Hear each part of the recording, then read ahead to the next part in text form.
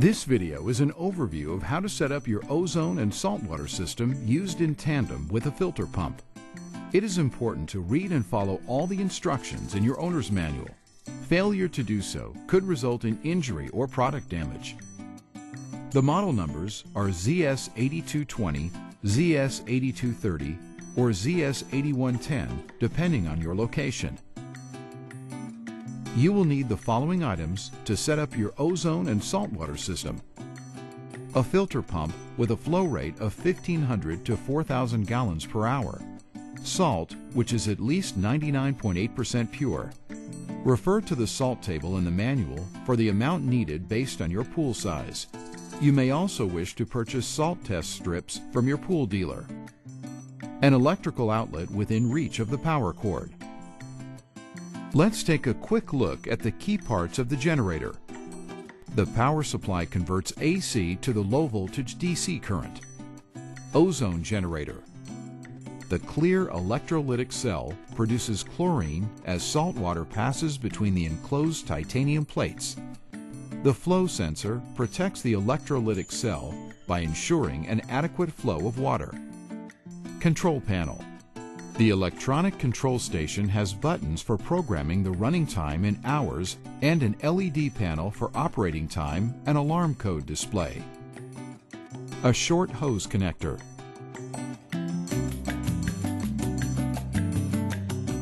Lay out the ozone and saltwater unit and the short hose which comes with it. Now you are ready to hook up the generator between the pump and the pool return valve. First, make sure the filter pump is turned off. Shut off both plunger valves at the pool. Disconnect the hose from the outlet on the pump and screw the short hose on in its place. The other end of the short hose screws onto the inlet side of the generator. Screw the remaining long hose end onto the outlet end of the electrolytic cell and make sure all connections are secure. Open the lower plunger valve first and then the upper valve going back into the pool. Follow the manual instructions to release air trapped in the hoses. Your pump may have an air release valve also. Before adding salt to the pool, turn on the filter pump to circulate the water. You are now ready to add salt to the pool. Adding salt to the water creates an electrolyte, which goes through two chemical reactions inside the saltwater system when low voltage electricity is applied. Evenly spread the salt around the inside of the pool. Brush the pool bottom to help dissolve the salt. Do not put salt in the skimmer as this can clog or damage the filter pump. Run the filter pump for 24 hours before using the ozone and saltwater system to ensure that the salt is completely dissolved so the ozone and saltwater system can function properly. Connect the ozone and saltwater unit to a GFCI outlet. Switch the generator on and code 00 will appear on the control station readout indicating standby mode. The ozone and saltwater system has an automatic timer that starts at the same time each day. You must program the system at the time you want the ozone and saltwater system and filter pump to begin operation. To unlock the keypad controls, press the Unlock Lock button.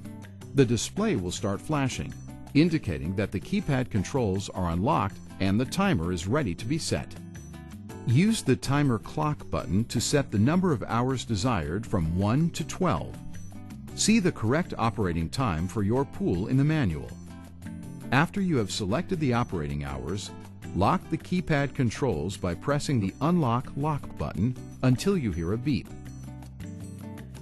After a few seconds, the green working light will come on, indicating that the system is producing chlorine and ozone. When the cycle ends, the green sleep indicator lights up and code 93 flashes on the control station display.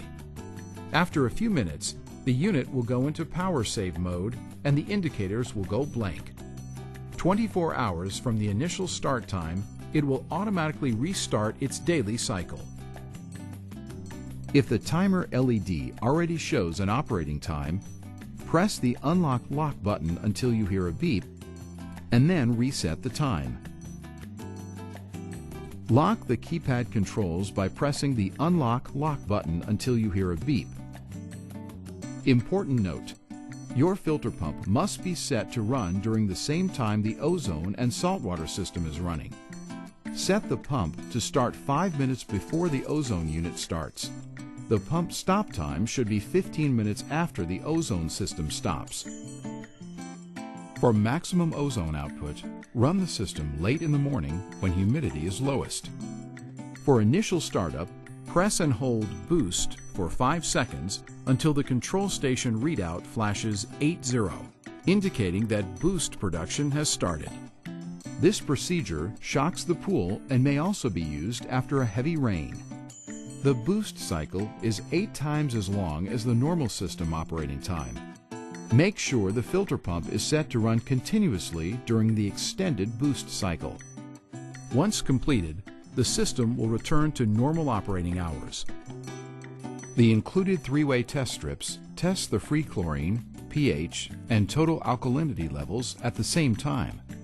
We recommend that you test the water chemistry weekly and maintain the chlorine concentration between 0.5 ppm and 3 ppm.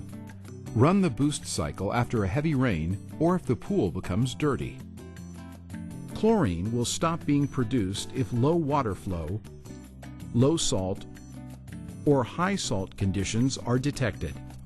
An LED code will flash and a buzzer will sound to alert you of any problems. After a few minutes, the unit will shut down to protect it from damage. The error code will remain on for 5 minutes. Refer to the owner's manual for complete LED codes, troubleshooting, and operational instructions.